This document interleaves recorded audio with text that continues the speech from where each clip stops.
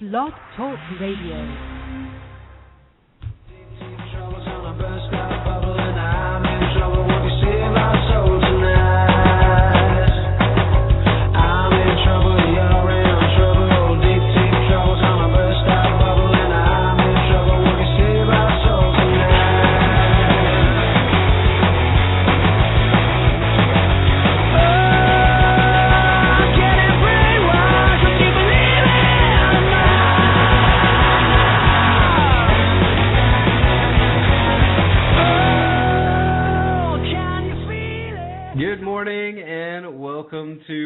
Cattle Radio. I'm your host, Jake Counts. Riding shotgun with me is TJ Smith. TJ, thanks for joining us again. No problem. All right. So, yeah, we've had an ongoing debate that ran all the way up to the time that we got on air, and we're going to actually continue that debate on air because it's something that needs to be talked about. But we were going to get into symbolism today. Now, due to recent events, that ain't going to happen. There's just too much stuff going on with the UN gun treaty and then the mass shooting. And then you've got the birth certificate thing, which is, I mean, we're going to look at this from a different perspective. We're not going to look at it from the mainstream media perspective where they all have talking points and they recite them. And then it just kind of gets disseminated down through the proper channels. We're going to take a second-level view at what's really going on here, and TJ and I were breaking that down before the show.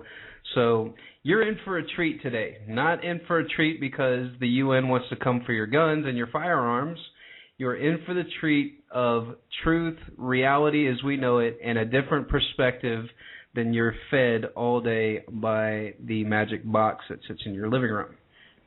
So let's get into it. Jumping right in, TJ, let's get into what happened out in Aurora, Colorado.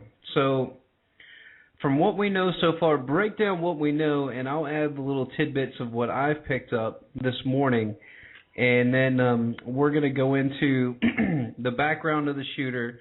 We're going to go into what he had, and then we're going to start breaking it down from that point, why this smells a little fishy. And then I'm going to get into the document I found this morning from the FBI's own website that was actually pulled down back in May, talking about how, you know, there might be some events and stuff at mass gatherings and even theaters. It even says theaters in the document. So, TJ, break down what we got so far, or what we know so far from the shooter. Let's start with his background. What's this guy's background? Where does he come from? Okay, so he was originally raised inside California. His name is James Holmes. At the time, of course, at the shooting, he is 24 as current as of 2012. He was a good, very smart student. Witnesses that knew him says back in California when he graduated from high school at almost, I would say the top of his class, he has a bachelor's degree and he has a master's degree. I believe his bachelor's degree is inside neurological science. And then when he could not find a job inside his master's degree, his mother actually sent him to Colorado to further his education, where he then entered the PhD program and dealing with the neurological science as well, but with, I believe, with disorders. And then that is when he began to pull out recently. And that's when we know that he purchased guns inside May, June, and inside July. And then we actually these are all legally purchased firearms, right? Legally this is not purchased. This is not black market stuff. No black market stuff. The 3 guns he actually bought actually came from gun shops inside Colorado. They actually have surveillance of him buying it. They know that guns are completely legal. He bought 6,000 rounds of ammunition from online. Everything completely legal that he bought. Okay. So let's break down all right, so we got the backstory a little bit. So let's talk about up into the shooting, okay? So the guy comes into the theater through the exit door. I was watching some of the interviews this morning. It's kind of horrific scene, I guess. The guy comes into the theater, pops a smoke grenade. Everybody's so entrenched in the movie, they think it's part of like a publicity stunt, it's opening night, all that good stuff. pops a canister of, I don't know if it's tear gas or a smoke grenade. I haven't seen any clarification on that. And then the guy talks about one of the witnesses talks about he hears two big bangs. It's probably so he tosses in a smoke grenade and then yoinks in a flashbang or two flashbangs. Flashbangs, for those of you who don't know, that are used by the military and police. They're not used to assault people. They're basically used to disorient you. It'll almost rupture your eardrums, give you kind of a delusional state. You can't hear anything, and then you lose orientation, so you become completely disoriented. And the flashbang pretty much makes you blind, so you're incapacitated at this point. And then they say the gentleman gets to the front of the theater and starts opening fire on everybody. A couple of people just sit there, and then the witness that I heard or saw the clip of said that he saw the guy next to him get shot, and that's when he knew it was real, and then he hits the deck. So, TJ, have you heard anything else? And then how long does this go on? And then what happens? How does this guy get caught? Okay, well, from all of the witness accounts that I have actually heard, especially watching CNBC, which they interviewed numerous different witnesses. Basically, he actually bought a ticket to the midnight show. Okay. He actually came, according to witnesses, he came in with the audiences. When he was then inside the theater, he then propped open the exit door. And between the time, I guess, when the movie came on, he then entered the movie theater. However, witnesses say that he actually timed his shooting with when Batman first appeared on screen. So he did throw two, I guess, canisters of either a smoke bomb or flashbang. Most likely, probably a smoke bomb, because a flashbang will actually blind you for a matter of seconds. Mm-hmm. So he did that. The people inside the movie theater thought that it was actually a part of the show. According to three witnesses, it wasn't until he actually fired a shot into the ceiling that people then knew that he was for real. And then when people actually started moving, that's when he began to shoot people. Mm. Now, according to two witnesses interviewed by CNBC that took up the slot for the Ed Show, they said that he was shooting between 15 to 20 minutes inside the theater, and he was actually constantly reloading. Now, he was caught by police in the back of the theater, near his car. And so he shoots everybody up, and then he flees the scene. And it's probably a bloody mess and all this good stuff. We actually don't. Now, this is the thing where it's actually going to get kind of really shaky because, now we don't know how many people was all inside the theater, but we can probably say it was probably maybe more than 100 something, because at one time reports were saying that he shot 70 something. Now we know that he injured 58 and he killed 12 people.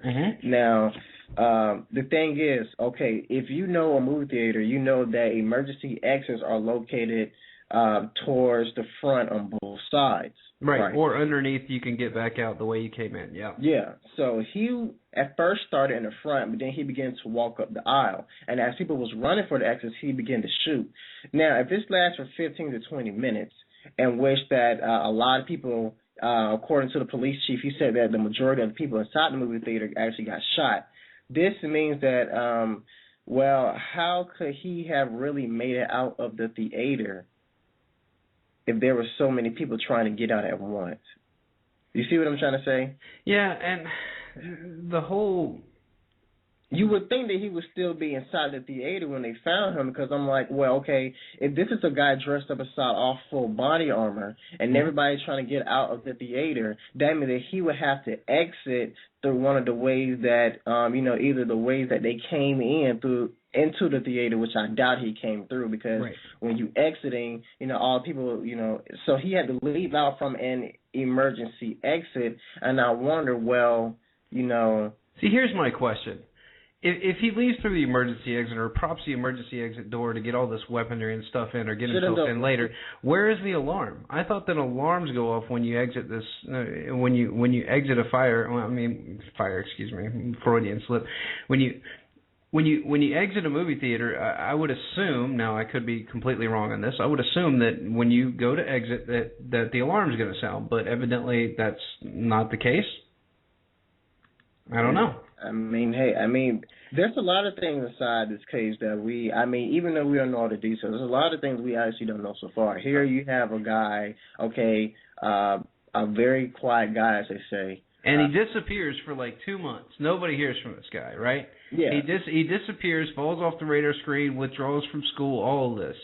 And then, the reports that I'm reading say that he played a lot of online role-playing games and all this stuff. And probably, if he's an introvert, that really doesn't shock me. If you're an introvert, you're probably going to be more comfortable with a virtual world than you're going to be comfortable with actually interacting with somebody face to face. So transitioning off of that, we got the backstory. We got kind of a blurry view of what goes on inside the theater. Now let's talk about where this guy gets all this stuff. Okay, so and TJ, you know this. I'm a fellow gun owner, so this is a near and dear story to my heart. Okay, so you got the guy that's got one AR-15, he's got a Glock, and he's got a shotgun. Correct? Those are the 3 firearms that he had. Yep. Okay, so then you move on to he's got a ballistic helmet, he's got a vest, he's got leg and groin protectors, and he's got a throat protector. Right? Yeah. You're looking at, and 6,000 rounds of ammo. All that stuff together, just me ballparking it, it's probably going to be upwards of past $10,000. Yeah. Okay? Full body armor, first of all, a ballistic vest is very, very hard to come by. And if you buy like a really, really good one, you're going to get flagged for it because of what happened with the 2 guys that robbed the bank a couple of years ago that had Kevlar vests on that basically robbed the bank, came out with fully automatic AK-47s, full body armor, you name it, and they just start wasting the cops. And that's when it became illegal to actually have this stuff. So, all that being said, the guy withdraws from school, plays a lot of video games, doesn't have a job, but yet can go on and afford to buy all this stuff, which is kind of interesting. So he goes out and he buys all this stuff and sets this whole event up, and then he talks about his apartment being booby-trapped. And then, okay, so... That's something I really want to get into right now. No, all right, so we'll get into that in a second. And the reason that this is all kind of weird and somewhat surreal at the same time is that I have in my hands right here, and I'll post it on Facebook, and I'll post it, and we'll actually put a picture of it on our YouTube channel when we load this up to YouTube.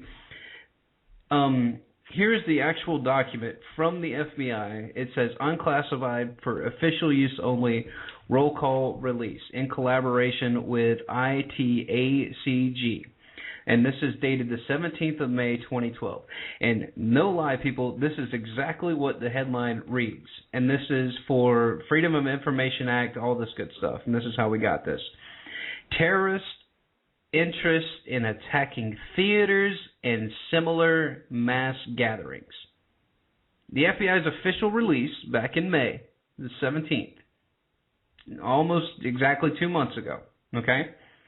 So they talk about how in this document that we need to be aware that U.S. theaters might be highlighted for terrorist activities. We need to be on the watch and all this good stuff. And at the very end, in TJ, shocker, in the small print, it says, warning, and I'm going to read this verbatim so everybody can get kind of a grasp on what is going on here.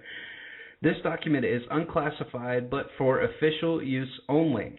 It contains information that may be exempt from public release under the Freedom of Information Act, citing the Freedom of Information Act as 5 U.S.C.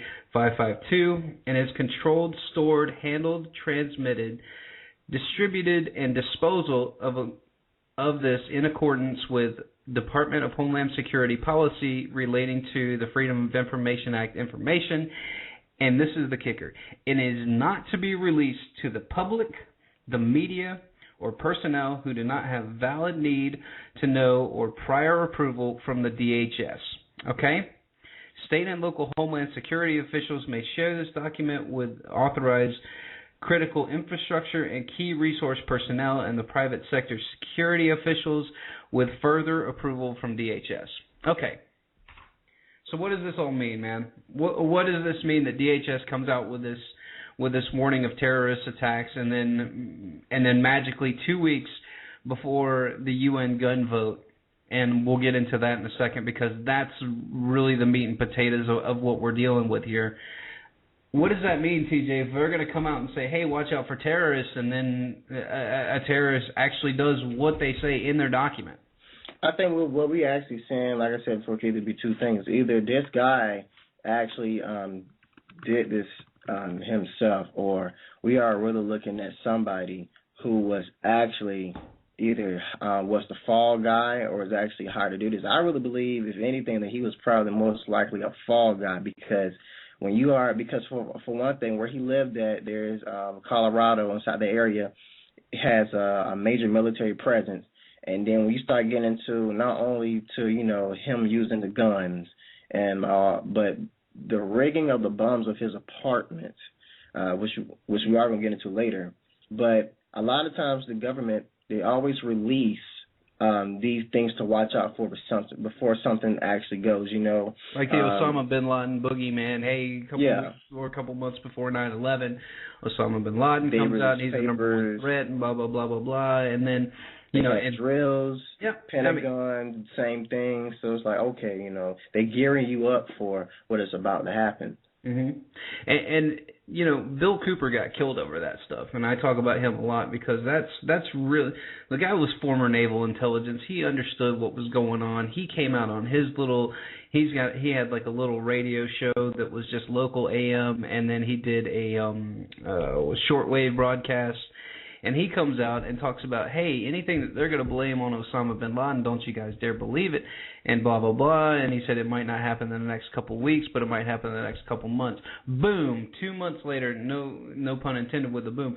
2 months later, 9/11 happens, and then the official narrative gets rolled out within an hour that Osama bin Laden's behind it, and then they've got videos of Osama bin Laden saying that they're trying to blame me for this. It's just completely crazy. And then when you look at it from our perspective, TJ, you get kind of the same MO from this. We're going to release a little document, and it's going to be for, not classified, but, people can get their grubby little hands on it if they want to. Obviously us, the minions, the slaves of the system. So the slaves get a hold of this document, and then we look at this 2 months ago, and then we have something that happens in a theater. So if you can take it to the next level, if you can take it like TJ said, past what we're looking at, and they're always going to show you what they're going to do before they do it. This is very suspicious. I'm not going to say conspiracy theory because this literally could be a nut job that puts us all in a bad position with the UN vote coming up, and that's what I want to get into in a second. But TJ, from your perspective, from your second level thinking, what do you see from this? And then why are the bomb rigging? Why is that so important? Get into that a little bit. Well, one of the reasons why the bomb rigging is so important is because when you actually heard the police chief, when he was actually speaking, he actually said that the rigging was like anything he has ever seen before. And he even said that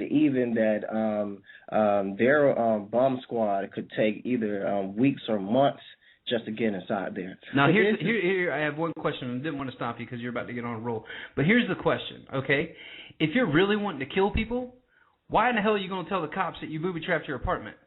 I mean, just let them go in there. I mean, if you're really looking to hurt people, you don't go, oh, hey, by the way, I got a bunch of goodies waiting for you back at my apartment. What? No.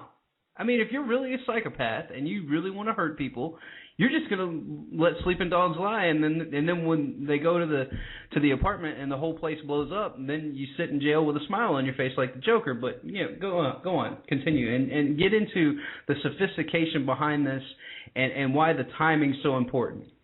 Well, because so the police chief, like I said that the rigging for the bombs was anything like he ever seen before, and the bomb squad say, it can take them weeks, it can take them months to get in.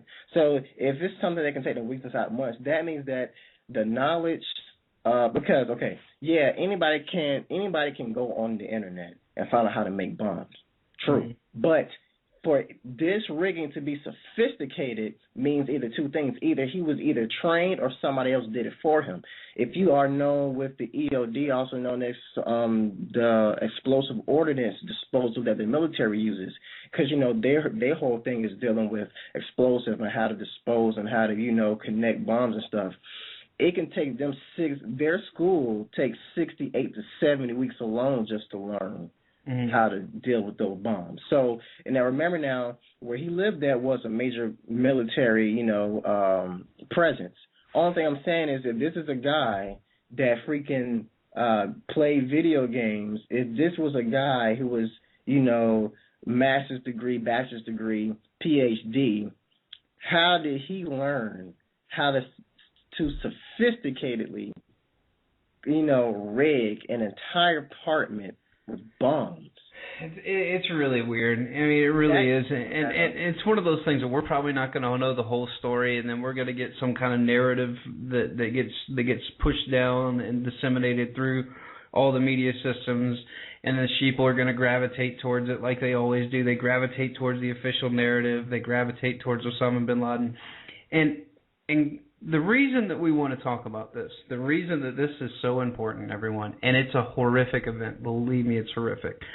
It's kind of like what happened when you're sitting there watching 9/11 and you watch these planes fly into buildings. All of a sudden you feel kind of disarmed. You don't feel safe anymore. And it's always scary when that happens. It is. It's always scary.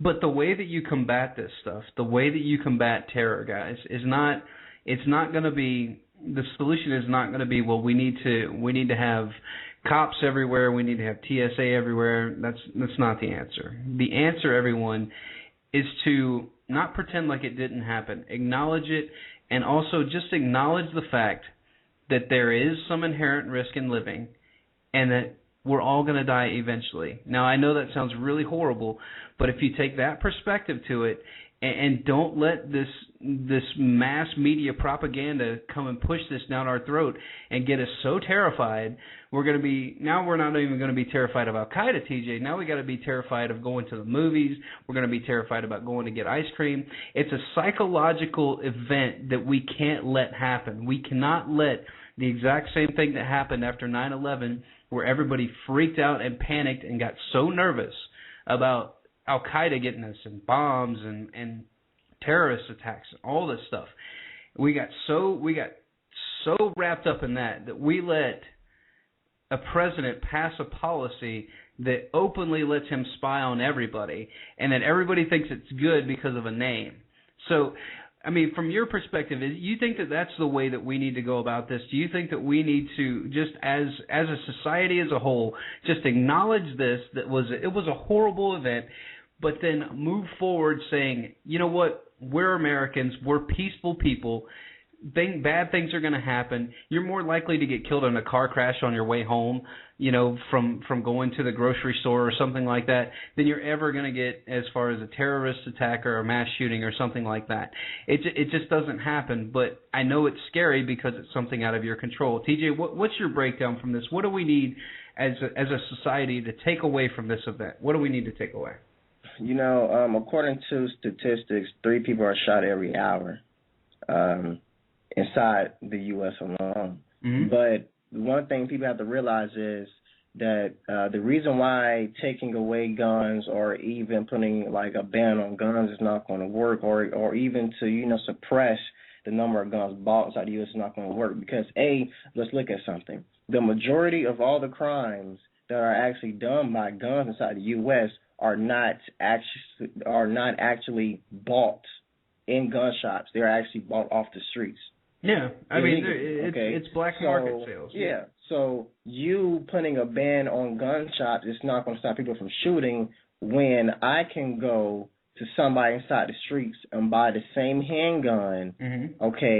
For as little as $100 or even less than that. Right. I remember even back inside the day, there used to be some guys that used to sell handguns for $50, and you can get a whole drum of ammo for little as nothing. So putting a ban on guns or yada yada, it's not going to stop when the gun shops are really not responsible for the guns that are actually coming out here and being shot. Those are illegal guns. Those are black market guns. And another thing that we have to realize is, okay, that this is not the first time that, okay, somebody has been shot. Okay, yeah, I understand. Yes, 12 people were shot. 58 people were shot, 12 people died. Mm-hmm. Yes, it is a massacre, but yeah, we had the Virginia massacre, okay? We had the Columbine before that. This is not the first time that this has actually happened. So you trying to say we need a gun ban here, or we need to, go all crazy over guns? That is not the case.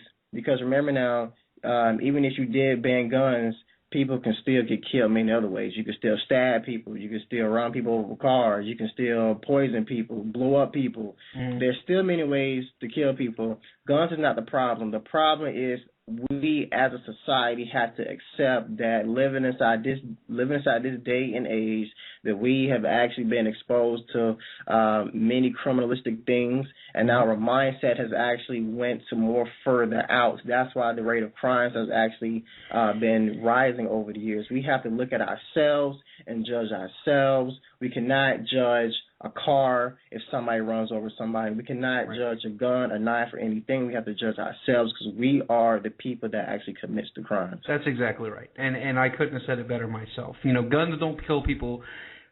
Human beings kill people, okay? And TJ, it's like you said, you and I talked about yesterday, I don't walk into a gun shop and duck because I'm afraid all the guns are going to go off and shoot me. It just doesn't happen. It's not the way that it works. And like you said, you have to we have to look at it from not even a first and second level perspective. This has to get so deep, guys. This has to get so deep for the people to really understand, okay? We are sold through whatever, entertainment, Hollywood, all of this stuff. You're sold on the fact that violence is cool. And this is not something that's brand new. Yay, violence is cool. We're turning into a culture of death. It literally is turning into a death culture. And the thing that I see from it and the thing that really got my attention is something that I heard yesterday on the radio. When you talk about society as a whole, when you see somebody get shot in a movie or something like that, understand that you're getting desensitized to that. When you see somebody get hit by a car in a movie, you're getting desensitized. It's a slow maturation. And after a certain period of time of that maturation, of you watching violent movies, playing violent video games, all that stuff, the desensitization will kick in. And then you become almost immune to getting sick over violence, to getting nervous. You get like accustomed to it. It becomes, and that's what I'm afraid to see from this whole thing, is that this just furthers our idea that death is cool, that the terrorists are out there, that all of this stuff, it's all negativity. You need to take the negativity and push it aside, guys. I know that we're living in tough times now. But as soon as you start breeding negativity on a mass scale, TJ, you and I both know this, but this is taking it to the third level. We usually go first and second level here, but let's take it to the third level. What does a bunch of negative vibrations do? What does a bunch of fear do to a population? What does that do to just individuals or groups? What does that do if you bring a whole bunch of negativity and negative vibrations, negative thoughts? What does that all do for a society? A lot of times, let's take it as and this is actually something true. If I actually brought fear to a whole group of people, that somebody inside, let's say like this one room had this infectious disease that could kill people, the fear builds up. Immediately, that fear could lead those people to either A, killing the other person, and as soon as somebody sneezes, as soon as somebody coughs, they believe that person will have it. Right. And so then it will lead to basically to mass hysteria. People will be killing people. People will be afraid of each other. People will be willing to turn on each other. So putting fear into a society, putting all these scares, actually causes people to turn against each other, and it really actually creates more violence. It really does. It's a culture of death that breeds on. It basically builds on top of itself, and that's something that you and I don't talk about. I don't think enough, TJ, because all this stuff is so crazy. And yeah, it's scary, guys. You have to you have to admit that this stuff is scary to yourself. But much like getting into your car on a rainy day, that's kind of scary too, especially if you drive around here in Atlanta like we do with a bunch of idiots out there that just drive at like 80, 90 miles an hour in the rain. It's like, oh, okay, well, I might not get killed, but this dumb guy next to me that's driving like a maniac might kill me. So just understand that fear is a motivator for people that want control. Fear is the easiest way to control a mass population. And if we all run around and start freaking out about, a crazy person, or once again, there is a completely different road that you can go down, somebody that was set up, patsy, drugged up, whatever, kind of like the Reichstag fire, don't let it change your day-to-day activities. Don't let it change your life. Acknowledge the fact that it was a terrible tragedy, and then move on. And it's one of those things that with the Small Arms Treaty going out, this is, if you want to look at the right side as opposed to the left side is that this guy's a kook, he's a quack, thinks he's the Joker, whatever. Then you have the other side of the coin, which is it could be a false flag because of the UN gun treaty. Now, just to give you guys a quick synopsis, it's the UN Arms Transfer Treaty, the ATT, and I talked about this on our show a couple weeks ago because I saw it coming down the pipe, and I didn't know that something like this was going to happen, but I kind of had a feeling that this thing might get ratified, and then if Barack Obama signs it and then Congress ratifies it, a lot of bad things are going to happen. Now, this comes from Forbes, and I'm just going to read some excerpts, and then TJ, I want you to expand on this because this is where the rubber meets the road, guys. Once again, first level thinking is, oh, we're going to watch a movie theater and this guy shoots up a bunch of people, grab the guns. That's first inclination from a lot of people. We got to grab guns. And in reality, it's the exact opposite. You need to everybody just needs to be packing. Everybody needs a sidearm. Everybody needs to open carry. Because let's face it, TJ, do you think that this guy really walked in there to get killed? Or do you think that he walked in there to create, if it was him that did it and all this other stuff, all the other roads that we can go down being aside, people like this that kill a bunch of people, it's kind of like, a prime example are serial killers. Serial killers don't want to get killed. They want to get caught. They want to talk about how great it was. Am I right? Yeah, I mean, one of the greatest things for somebody who actually, is actually like that is to get attention. And that's exactly what he has got. He has gotten attention. And one of the things is that when you arrest him and when you actually pay him all this attention, that could actually be what he wants, to be glorified. Yeah, he wants to be glorified. Then you get the possibility of the copycat killers, and now we all got to give our rights up because somebody somewhere may have a gun that might shoot us. Yeah. I mean, come on. When you take it to that level, guys, it gets to the point of almost lunacy. And so let's get into the Small Arms Treaty really quick, TJ. The 5 bullet points that I want to go over, and then this is completely scary from my perspective, looking at it from, once again, not from the left, but from the right and somewhere in the middle, looking at it from who benefits from this, TJ. That's what we always talk about on the show, is that in order to do second-level thinking, you have to pull yourself away, much like you were talking about the conversation you had with your friend earlier. Pull yourself away from the situation for a second. Look at it from 30,000 feet. See who benefits from this. And with a Small Arms Treaty coming out, and our listeners said here, the vote's in 7 days, and it's kind of bonkers, okay? So anytime that there is a big gun overhaul, whether it's a semi-auto like we're facing here, or whether it's the restriction of fully automatic assault rifles, there's always some big event, and it's always about 2 weeks out. And the reason that it's about 2 weeks out, TJ, and you and I talked about this before, is that it's enough time for the people to still remember it, but it's not enough time for the people to be overly dramatic about it.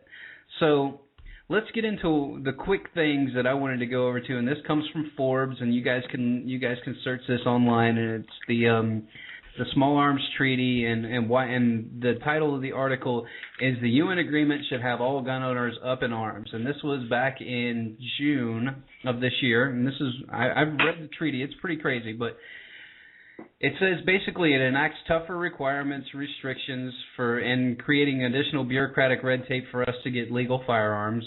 It has a confiscate and destroy all quote-unquote unauthorized civilian firearms, exempting, of course, the government from that because, you know, they have to have the guns because they have to rule us. And ban the sale, trade, private ownership of all semi-automatic firearms that have magazines, even though they can operate with a single trigger pull, a single bang, as a manner of a revolver. It's basically simply creating this illusion that these guns, these semi-automatic firearms, are the problem. And then here's my favorite part, TJ. This is where you get into the police state. This is where you get into gun confiscation, mass arrests, the whole nine. Create an international gun registry, clearly setting the stage for full-scale gun confiscation. And they even say it. It's like, hey, we're going to put this in. You're going to register your guns, not with your government, which should be in and of itself an entity, and then part of the UN. They shouldn't be joined with the UN as this some major conglomerate, a.k.a. world government garbage. And in short, overriding our national sovereignty and in the progress, providing license for federal requirement to exert preemptive powers over the state and regulatory powers guaranteed by the 10th and 2nd Amendment. He's exactly right. And it really does go to show what's going on here. Now, Barack Obama, guys, is under a lot of fire, okay? He's under a lot of fire for a couple of things. Number one, the reason I think this is a staged event, TJ, is because anytime something comes out really, really negative about the president, there's always some big event. You know what I mean? Clinton. Mm-hmm. It comes out about Clinton and the drug dealing and the guns and all that stuff. Boom, what happens? You got Oklahoma City, and I shouldn't use the word boom because it's crazy. And now you got the Obama birth certificate thing that comes out where Sheriff Arpaio just basically comes out and says it's completely another fake and blah, blah, blah. And then what do we get now? Not only do we get Fast and Furious to blame the Second Amendment to take our guns. We're going to ship the guns into Mexico, and you and I have talked about this and covered it ad nauseum. Ship the guns into Mexico. We're going to track them, but we're not going to track them. And, we lost them, and it killed a bunch of Border Patrol people, killed a bunch of people down in Mexico. But we got to give all of our rights up because they were shipped down there by the federal government on record, and now they're getting prosecuted for it. So if they're going to ship guns into Mexico, TJ, they're going to ship guns, hand grenades, you name it, into Mexico, blame the Second Amendment for it. How is it so far-fetched that they can't set somebody up? And it's funny, our listener here is just right on with the MK Ultra mind control and all this other stuff. How can you not just set, like you said, TJ, just set him up as a patsy? He didn't even have to do the shooting. Just let him hang out in the parking lot. You dress somebody else up in the garments. They can't see him. He's got a gas mask on, full protective gear, riot, blah, blah, blah. And then all of a sudden, you got this guy just wandering around the parking lot, and then it just seems too bonkers to me. And then it's right before this UN gun grabbing, and then everybody came out the next day or that night and said, we need to get all the guns, we need to grab all the guns. It's just completely coincidental, or it's completely staged. But also too, but not to mention that attached to The Dark Knight Rises was actually a trailer for the movie that is called Gangster Squad, and inside the trailer, it actually showed the Gangster Squad shooting up an entire movie theater, in which Warner Brothers has now pulled that from The Dark Knight Rises, trailers. But also, too, inside 1986, there was a comic book called Batman: The Dark Knight Returns, in which it actually, inside the comic book, showed a gunman walking into a movie theater and killing 3 people. Yeah, and if you want to get really, really crazy and you want to go really down the rabbit hole, how about the murals? How about the murals at the Denver International Airport? And you guys look this up online if you want, because you want to talk about something that kind of freaked out some of my friends yesterday. A guy brought it up on Alex's show when I was listening to it, and it really did make sense. And I was like, you know what? I've seen that picture before. Just go to Google or whatever search engine, go under images, and then put Colorado or Denver International Airport and then murals. And one of the first murals that pops up is literally a dude in a gas mask with a trench coat on, with what looks like an assault rifle, stabbing the dove of peace, and everybody around him is in terror. I mean, if you wanted to get into the occult and all that stuff, remember, TJ, they got to show you what they're going to do before they do it.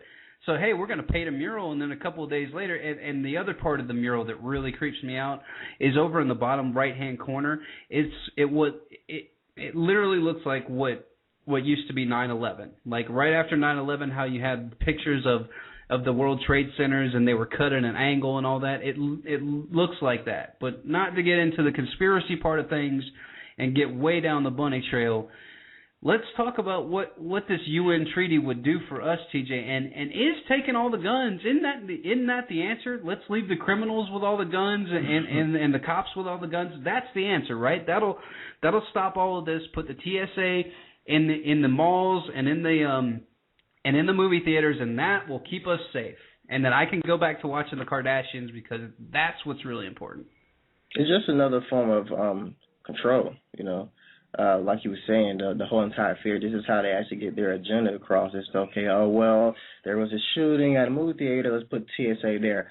Oh, there's going to be a shooting in a Walmart, we need TSA there. We need TSA everywhere. We need drones watching. We need to have everybody controlled.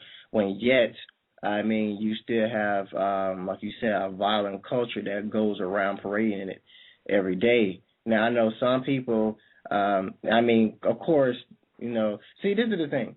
They want to blame guns, but they don't want to blame the people. Okay, you know, how are you going to talk about, you know, a gun control when you have, like, the U.S. military dropping so much ordnance on places and shooting up people inside wars and stuff, and you have about military men coming back distressed, and then you don't give them medical aid, and then you wonder why some of them actually commit suicide. In fact, you had more military servicemen that actually committed suicide than the people that actually died inside the whole entire Second Gulf War. You know, so you, like I said, you want to keep on blaming guns, but you don't want to actually to blame yourselves. You don't actually want to blame that, hey, you know, us seeing all these people down inside the World Trade Center, inside the Pentagon, us seeing these people who are actually constantly getting tired of the rich, that, you know, the UN could actually be blamed for a lot of this stuff itself and not even guns. Because these are the same people that push this fear, they push these wars, they push this violence. Hollywood is actually controlled by major conglomerates. These conglomerates control almost 90% of all the media that we see, and that goes for record labels, that goes for even video games, they even goes for magazines. They control all the things we see, and so this is the stuff they keep us. These are the images and these are the sounds that we actually are kept in front of our faces. It is controlled by these people, and these conglomerates are actually have ties to the global elite. So they are actually instilling all this violence, they are instilling all this fear, and they're saying that this is the problem. We need to get rid of this, and we need to have you under control. Yeah, the TV is both a great invention and a detriment at the same time. It is the great avenue and arbiter of information, but it's also can be turned on its head and be used as the arbiter of control and brainwashing and those types of things. And people, if you don't believe that you're brainwashed, and the more that you start, just accept the fact that you're being bombarded with pictures, with your subliminals, with flicker rates and stuff like that. Listen, I went to school for marketing for 4 years.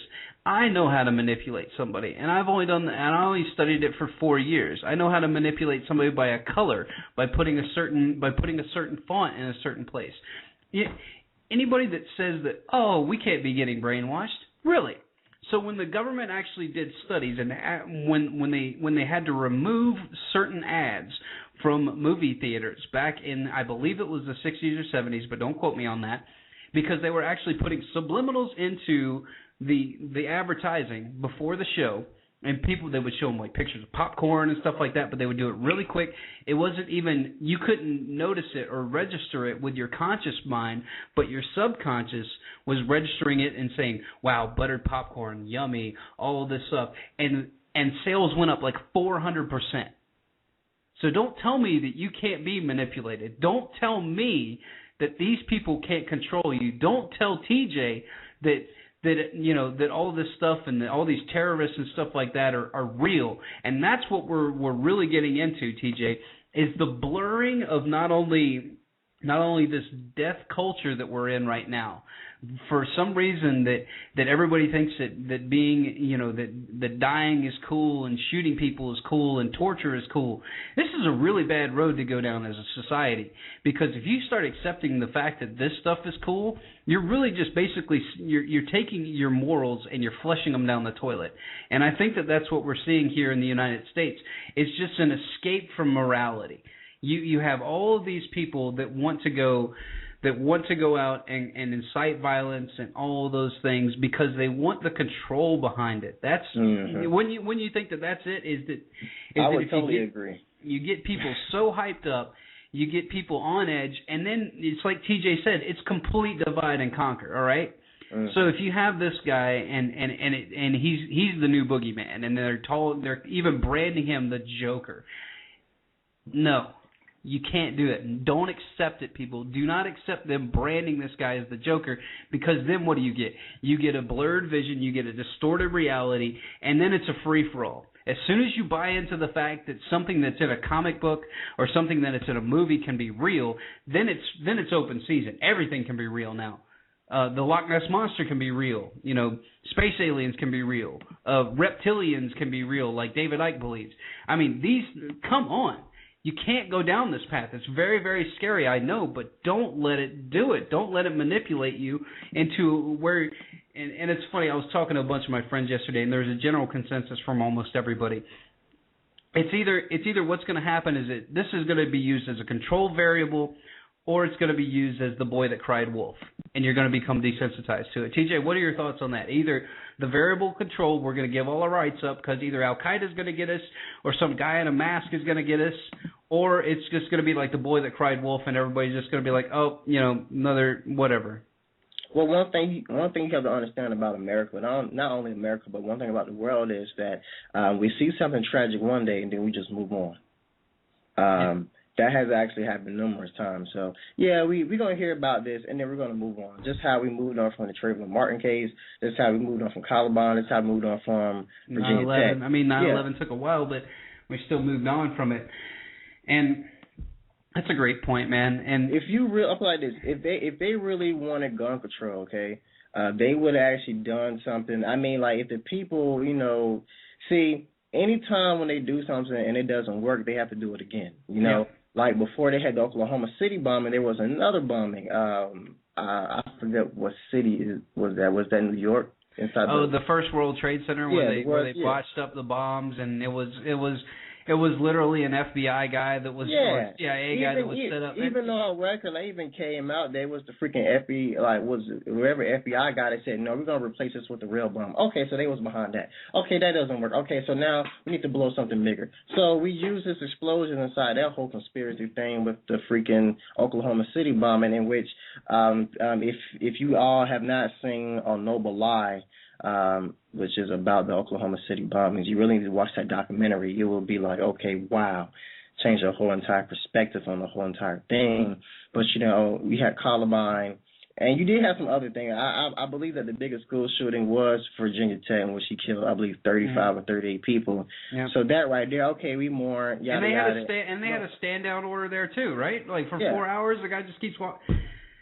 I don't understand.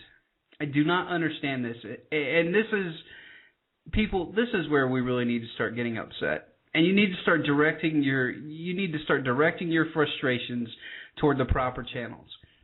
What you see from the United States is that you see a society slowly slipping away, and the reason that it's slowly slipping away is that become people.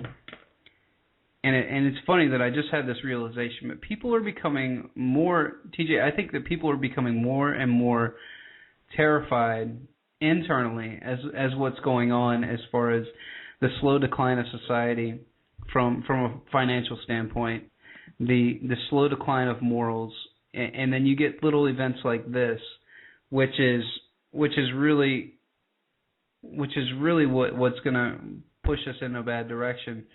And it's either you have people that start to get it and start to get involved and say, hey, this isn't good. What's going on here?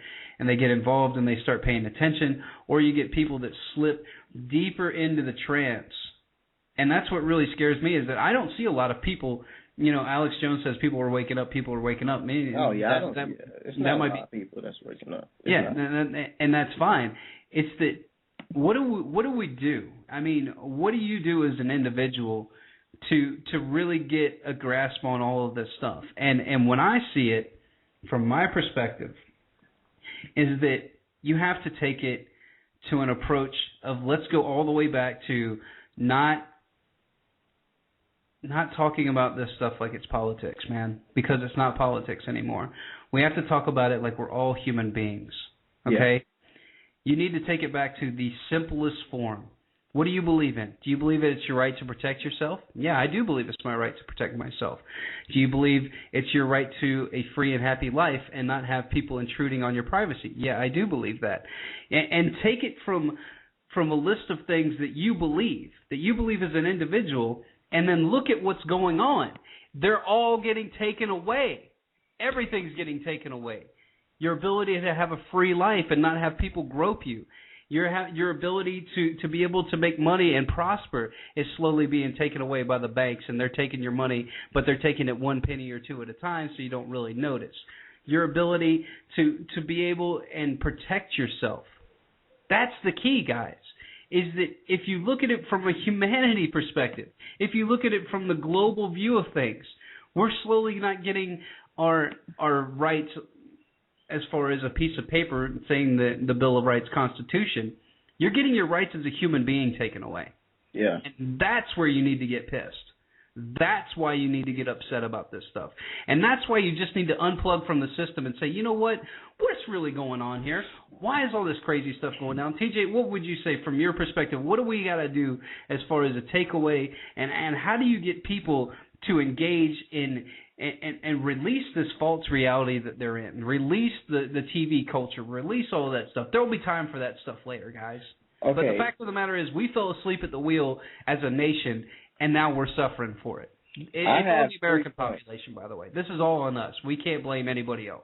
I got 3 points, and these are my actually 3 points of views. Okay, I'm going to give an example. If you have seen The Matrix, okay, inside The Matrix, you had all the human beings that live inside The Matrix.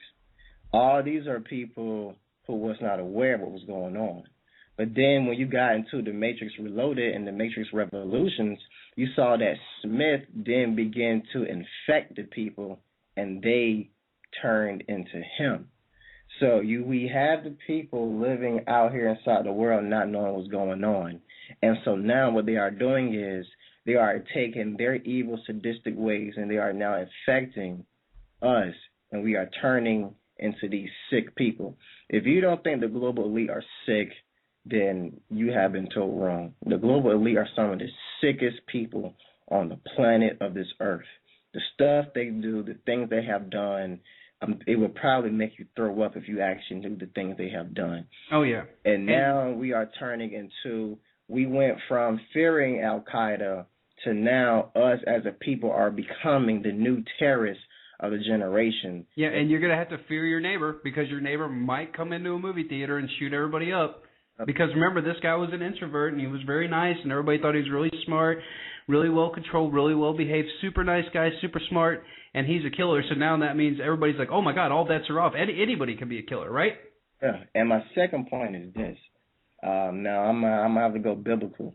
If anybody is a Christian, or if anybody actually has studied the Bible, even Revelation, even Ezekiel, even Daniel, then you actually know that the United States is not inside the end time prophecy. What that means is that the United States would not be a world power as we get closer and closer, of course, to the very end times. Now, we are actually seeing now that the United States is actually declining. And I understand that Alex Jones says that, okay, people are waking up.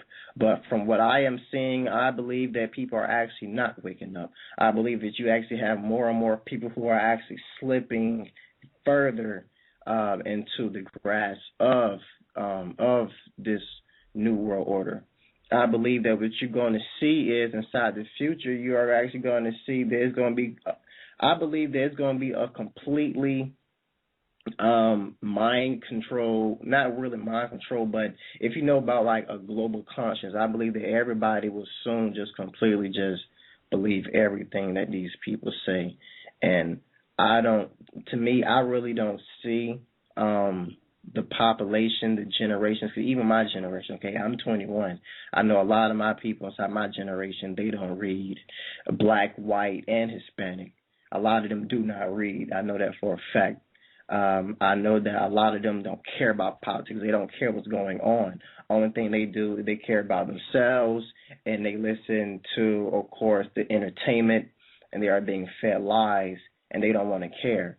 When I was down inside college, we interviewed people. I gave speeches to people. I even told people about it. In fact, we even have the footage when I went around now asking people about do they know what was going on. The majority of the answer was no. And then when I told them about what was going on, I asked them, what are you willing to do to change it? And they said nothing. I really care really about myself. That was from numerous people, both from different races, black, white, and Hispanic people we interviewed, college students, people from the age range of 18 to about 25, that they did not care. They did not want to know, and they were just basically caring only about themselves. This is the generation that we are actually in. Mm-hmm. Yes, we are inside in information and a technology generation, but we also inside a generation that has been conditioned and that has been dumbed down to not care. Mm-hmm. It's not even been dumbed down to not care. It's TJ. You have to take it a step further. It's not that you don't care about what's going on in society. It's you don't care about your fellow human being. Yeah. And that's how you know that it's fractured. And that's how we should all know that this is fractured. If you can't, from a perspective of looking back at history, if you can't band together and fight against people that are trying to take your rights and that are trying to take not just your rights, take away your inalienable rights, things that were given to you by the Creator, whomever you believe that to be. If you're religious, then you believe it's God. If you're not religious, then taking this perspective, you have no more right on this planet to tell me what to do with my ability to be free and live freely and protect myself than anybody. And that's basically what the Constitution states, and it states all of those things in writing so that you can have a reference point and use it as a way to protect yourself. It's so disgusting to me. And TJ, you and I talk about this ad nauseum. It's really sad to see what's going on in this society, especially in the United States, because, TJ, like you said, you're going to have two different types of people. You're going to have the people that see this stuff coming down the pipe that are going to be yelling at the top of their lungs, and it depends on how far down the rabbit hole you are with the plastic fake culture and all of that stuff. That'll determine whether you're going to join the resistance or not. And we're not talking about resistance taking up arms and going and inciting violence and any of that stuff. You need to just go ahead and say, I'm going to fight for liberty, I'm going to fight for personal freedom, and I'm going to fight for the freedom of humanity. And that's why I started this broadcast. That's why TJ and I are together, because we both believe that humanity can be saved. And it's not saved in a biblical sense. It's just saved in the saying, hey, we need to redirect our focus away from the television and getting back to what's going to make us prosperous as a nation, as a culture, and as a world. What's going to change the world? How are we going to be different? And let's not go down this path because it leads to a very bad place. TJ, you got about 60 seconds. Final thoughts for the show, and then we'll sign off. Final thoughts for the show is, like I said before, that we cannot let people. We have to still look at that no matter what race or gender we are, that we as a people to get to the future has to work together, and we all have to wake up. Yeah, and when we say wake up, guys, it's not wake up to to the crazy world. It's just wake up and pay attention and get involved. And that's all it is. Is once you start getting involved, TJ, and you'll be able to attest to this. Once you start doing stuff like a radio broadcast, even though we're kind of small potatoes, 500 downloads a week or whatever, even if it's something that this feels good. This feels good to get out and talk to people and tell people what's going on and try to get people engaged. Because at the end of the day, humanity is not going to save itself. We all have to band together to save it. So thanks, everybody, for listening. And we appreciate everybody's comments on the boards. Tune in next week. We don't even know what we're going to cover because we thought we were going to cover symbolism. Now it's out the door. So once again, get a friend, get informed, get involved. Let's beat the New World Order, and let's restore humanity to the proper position in the universe. Thanks, everybody.